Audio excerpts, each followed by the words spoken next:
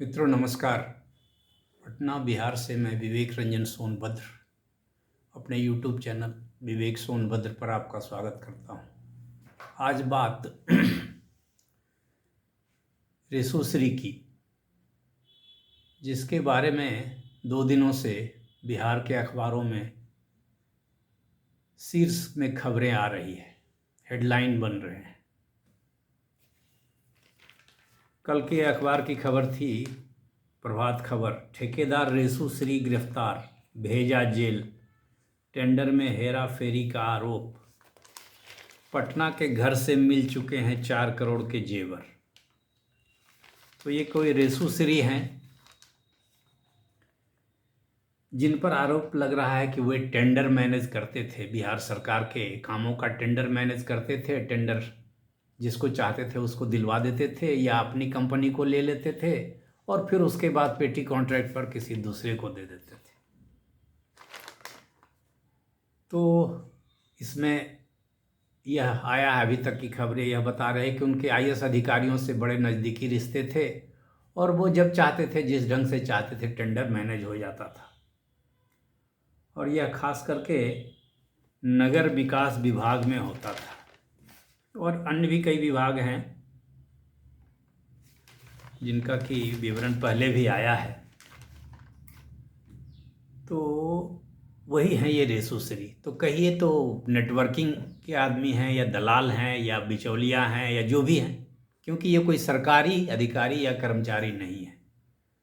तो खैर, tender manage हो रहा था तो कौन सी बड़ी बात है, टेंडर तो मैनेज होता ही होता है। लेकिन हाँ, इनके यहाँ छापा पड़ा है, गिरफ्तारी हुई, इनकी गिरफ्तारी हुई है पूछताछ के बाद। पहले भी इनके यहाँ ईडी का छापा पड़ा था लगभग 1 साल पहले, या हो सकता है समय मैं ठीक से नहीं बता रहा हूँ कि कितने समय पहले इनके यहाँ छापे पड़े थे। तो उस समय भी, हाँ, पिछले नवंबर माह में भी ईडी ने छापेमारी की थी। तो 51 लाख रुपए कैश और 2 करोड़ के आभूषण और 61 सेल डीड जब्त किए गए थे। अभी जो छापेमारी हुई है स्टेट विजिलेंस यूनिट ने किया है, उसमें भी 2 करोड़ रुपए के आभूषण और 2,50,000 रुपये कैश बरामद हुए हैं।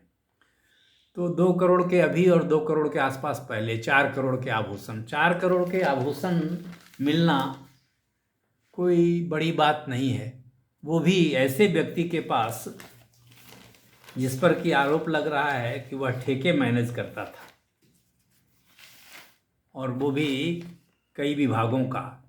मई 2025 की खबर है दैनिक जागरण की, 4 मई 2025 को रेसू ने 125 करोड़ का टेंडर किया था मैनेज। संजीव को पहुंचाया 67 लाख नकद कमीशन। जल संसाधन विभाग समेत कई विभागों के अधिकारियों को रिश्वत देने का किया दावा। मैंने जल संसाधन विभाग, नगर विकास विभाग, भवन निर्माण विभाग आदि में इसकी पैठ थी। ये टेंडर मैनेज करता था और अधिकारियों को कमीशन देता था। इसमें यह भी लिखा हुआ है कि संजीव को पहुंचाया 67 लाख नगद कमीशन। संजीव माने संजीव हंस को 67 लाख नगद कमीशन पहुंचाया। एक आईएएस अधिकारी हैं, शायद अपर सचिव लेवल के हैं या ऐसा ही कुछ हैं, जो जेल भी गए थे और बाद में जेल से छूटे हैं और अभी नौकरी कर रहे हैं।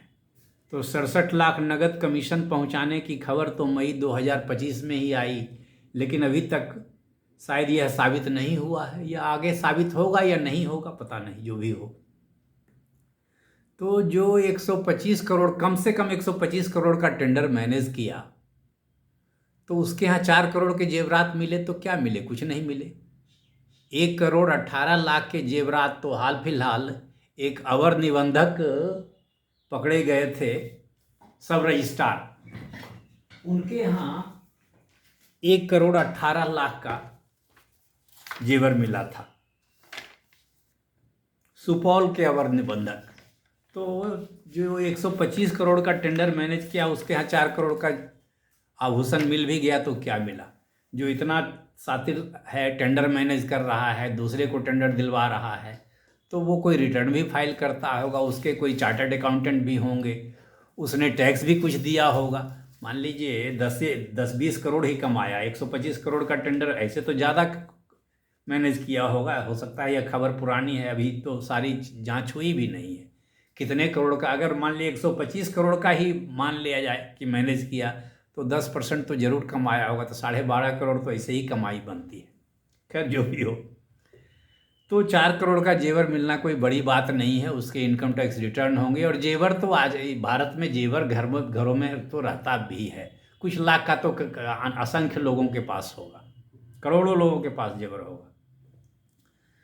तो ये हालत है। अब क्या खबर कह रही है, लगता है खबर वाले भी केवल सनसनी फैलाना चाहते हैं, होता कुछ नहीं है।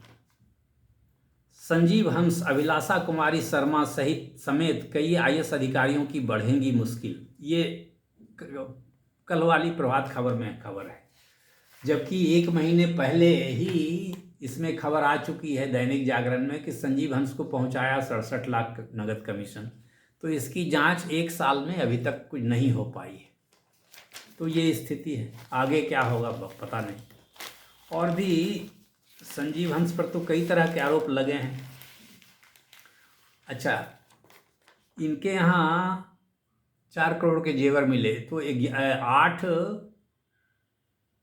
पहले, कुछ महीने पहले, ये मार्च 2025 में भवन निर्माण विभाग के चीफ इंजीनियर के घर पर ईडी का रेड, 3 करोड़ कैश मिला था। इसमें कई लोगों के यहाँ छापेमारी हुई थी, 7-8 लोगों के यहाँ छापेमारी हुई थी और लगभग 11 करोड़ रुपए मिले थे।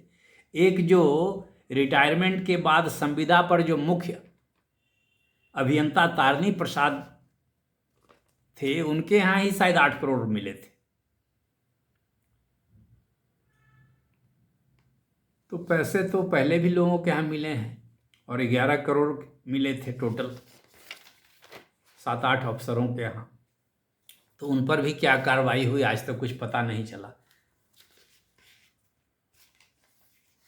चीफ इंजीनियर सहित 7 अफसरों के ठिकानों से 11.6464 करोड़ रुपए मिले। ये है 29 मार्च 2025 की खबर, प्रभात खबर की ही है।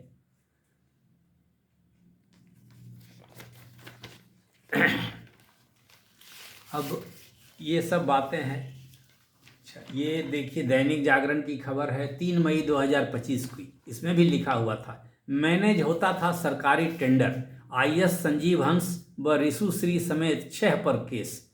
तो मई में ही इन 6 लोगों पर case SBO special vigilance unit ने किया था।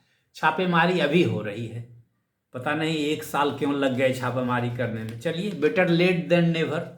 अगर पहले नहीं हुआ अब हो गया तो ये अच्छी बात है, हो सकता है कुछ मिले। लेकिन मिलेगा कि नहीं मिलेगा, छापामारी और भ्रष्टाचार के तो कई कहानियां बिहार में हैं, लेकिन अभी तक कोई बड़े अधिकारी, कोई बड़े मंत्री, किसी पर कोई जांच हुई भी है तो जांच में कुछ मिला नहीं है। तो इन जांच में रेशु श्री और संजीव हंस और अभिलाषा कुमारी शर्मा और योगेश आदि के यहाँ जांच में क्या मिलेगी और क्या कार्रवाई होगी, इस पर जनता के एक नागरिक के रूप में मुझे कोई भरोसा नहीं दिखता है। क्योंकि एक पुलिस भर्ती घोटाला बिहार में हुआ था, उसमें पुलिस भर्ती के जो अध्यक्ष थे उन पर भी आरोप लगे थे कि उनकी भी इसमें मिली भगत है। अभी तक तो इकोनॉमिक ऑफेंस यूनिट या विजिलेंस यूनिट जो बिहार की होती है, वे कुछ कर नहीं पाए हैं वे लोग कुछ। और हो सकता है ये रेशु श्री और संजीव हंस वगैरह का जो मामला है, इसमें भी ईडी के दबाव में ये सब हो रहा हो, या अभी तक ईडी भी कुछ नहीं फाइनली कर पाई है। खैर, ईडी की कार्रवाई में तो देर लगती है, तो हो सकता है विजिलेंस यूनिट की कार्रवाई में भी देरी हो। लेकिन क्या होगा कुछ कहना बड़ा मुश्किल है, क्योंकि नकद कमीशन देने का कोई प्रूफ मिलेगा कि नहीं मिलेगा। नकद कमीशन मैंने किसी को दिया और मैं बोल दूं कि उनको दिया है, तो केवल मात्र इतने से तो साबित होता नहीं है। इसके लिए मुझे दिखाना पड़ेगा कि मैंने क्यों दिया, उसका असर कुछ देने का और लेने का असर कुछ हुआ कि नहीं हुआ, कहीं कोई पैसे उनके पास आए कि नहीं आए। मान ली मैंने किसी को 1 करोड़ नगद दिया, तो उस 1 करोड़ के नकद का असर तो उस घर में कुछ होना चाहिए। 10-20 लाख का कोई सामान भी बढ़े, 10-20 लाख नगद भी मिले, या मेरा कोई काम हुआ हो उनके द्वारा। ये सब चीज़ें साबित करनी पड़ेगी कि देने लेने के पीछे कुछ कारण था या नहीं था, आदि चीज़ें हैं, तभी कुछ होगा। अगर लोग चाहेंगे, जांच ढंग से करेंगे, तो जितनी खबरें अखबार में आई हैं उन खबरों के आधार पर तो लगता है कि बहुत कुछ हो सकता है, लेकिन होगा या नहीं होगा। एक और मामला आया था जिसमें था कि कोई 1 करोड़ के घूस लेने का उन पर, संजीव हंस साहब पर और भी आरोप लगा था किसी दूसरे मामले में। कोई रियल्टी, कोई बिल्डर के द्वारा कि कोई उपभोक्ता आयोग में कोई केस था, उसमें उन पर भी कुछ आरोप लगा था। वो मामला कहाँ है, नहीं है, कुछ होगा कि नहीं होगा ये भी कोई कह नहीं सकता। हाँ, ये देखिए, ये खबर है 30 अप्रैल 2025 की, ये भी है प्रभात खबर की ही खबर है। संजीव हंस ने ली थी 1 करोड़ रुपए की घूस, ऐसे इसमें विस्मयादि बोधक चिन्ह लगा हुआ है। मतलब हो सकता है ये खबर सही हो, नहीं भी हो सकती है। ईडी का एक और आरोप, पक्ष में फैसला दिलवाने के लिए रियल्टी फर्म से लिए पैसे। प्रवर्तन निदेशालय ने अपने अभियोजन शिकायत में आरोप लगाया है कि जेल में बंद आईएएस अधिकारी संजीव हंस ने एक पूर्व केंद्रीय मंत्री का निजी सचिव रहते हुए राष्ट्रीय उपभोक्ता विवाद निवारण आयोग से अनुकूल फैसला दिलवाने के एवज में मुंबई के एक रियल्टी फर्म से 1 करोड़ की रिश्वत ली थी। सूत्रों की माने, अब सूत्रों से तो होता नहीं है, उसके लिए तो प्रूफ चाहिए। सूत्र तो कुछ भी हो सकते हैं। सूत्रों की माने तो एजेंसी ने यह आरोप हंस के मित्र विपुल बंसल के स्वीकारनामा के आधार पर लगाया है। बंसल उस फर्म में कार्यरत थे और इस सौदा में बिचौलिया की भूमिका निभा रहे थे। अब ये खबर कितनी सच्चाई है, क्योंकि इसमें अदालत भी एक शामिल है, उपभोक्ता आयोग, राष्ट्रीय उपभोक्ता NCDRC, national commission for dispute resolution commission, national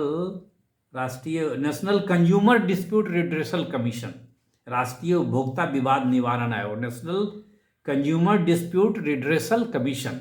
अब ये इतना बड़ा आयोग या न्यायालय इसमें शामिल है, तो यह तो मुश्किल हो जाएगा साबित करना कि उन्होंने पैसे लिए थे उपयुक्त फैसला या फेवरेबल ऑर्डर करवाने के लिए। तो इसमें तो बहुत लोग फंस जाएंगे अगर ये बात सत्य होगी तो। ये सब चीज़ें अखबार में आई है, क्या होगा नहीं होगा ये तो अदालतें ही अंत में फिर डिसाइड करेंगी, क्योंकि जो भ्रष्टाचार का मामला या कमीशन लेने का मामला आदि जो आया है ये फिर जाएगा अदालत में ही।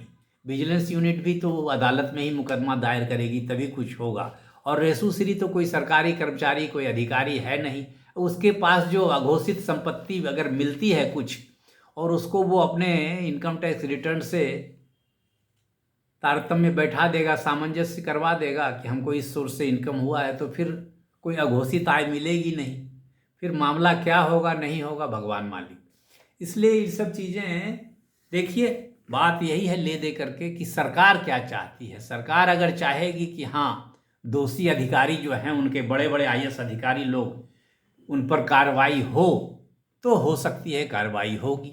और अगर वो नहीं ध्यान देंगे, वो सुनेंगे और इग्नोर कर देंगे, ज़्यादा रुचि नहीं लेंगे, तो कुछ नहीं होगा, मामला चलता रहेगा। ऐसे ही अखबार में रिपोर्ट आते रहेगी साल, 1.5 साल, 6 महीने पर, और एक दिन वो लोग अधिकारी लोग काम भी करते रहेंगे। अखबार में यह भी खबरें आई है कि रेसू श्री विदेश घुमाता था, कई अफसरों को विदेश यात्रा करवाया है। पता नहीं, लोग तो कहते हैं उन अधिकारियों की संपत्तियों को भी निवेश करवाया है विदेश में, दुबई में, ऑस्ट्रेलिया में और कहाँ कहाँ, स्विट्जरलैंड में, आदि आदि खबरें अखबार में आती है। यूट्यूब पर भी कई लोग वीडियो डालकर बताते हैं। लेकिन अब होगा क्या, यह तो इस व्यवस्था के बारे में आपको भी जानकारी है कि देश में क्या होता है, देश में कैसे चलता है, भ्रष्टाचार के मामलों में क्या होता है और उस पर क्या कार्रवाई होती है।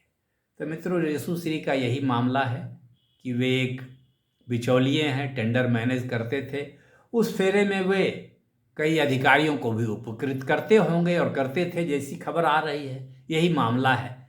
अब अधिकारी उपकृत हुए, इसका प्रूफ, जो ठोस सबूत कहते हैं, proof, evidence in black and white, जिसको कि कोई देखे तो कहे कि हाँ भाई घोटाला हुआ है, इन्होंने गलत पैसा लिया है, घूस लिया है, घोटाला किया है, ये सब साबित होगा तो सजा होगी, नहीं साबित होगा तो सजा नहीं होगी।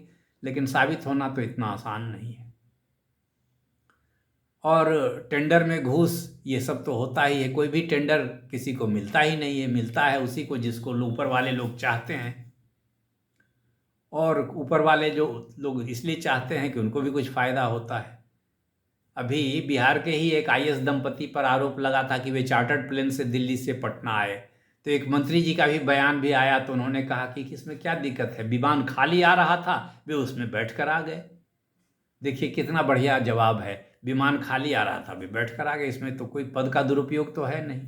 तो ऐसे ऐसे बहुत तरह के लोग हैं जो बच जाएंगे। अभी मैंने बताया ही आपको कि जो पुलिस भर्ती परीक्षा हुई उसमें यही आरोप लगा कि जो सेल कंपनी थी उसको प्रश्न पत्र छापने का ठेका दे दिया गया, जिसको कि कोई अनुभव नहीं था प्रश्न पत्र छापने का या ये। और उसमें जो आयोग के अध्यक्ष थे उन पर भी आरोप, उनका भी नाम कई बार अखबार में आया, लेकिन कोई ठोस कार्रवाई अभी तक तो दिखी नहीं है। तो ऐसे ही मामला चलता रहेगा। जनता को खुश करने के लिए भी ये सब कभी कभी अखबार में आ जाती है, जनता भी खुश हो जाती है कि सरकार कुछ काम कर रही है। देखिए आगे आगे होता है क्या। नमस्कार, धन्यवाद। आप वीडियो के बारे में अपनी राय दीजिए, इस खबर के बारे में अपनी राय दीजिए।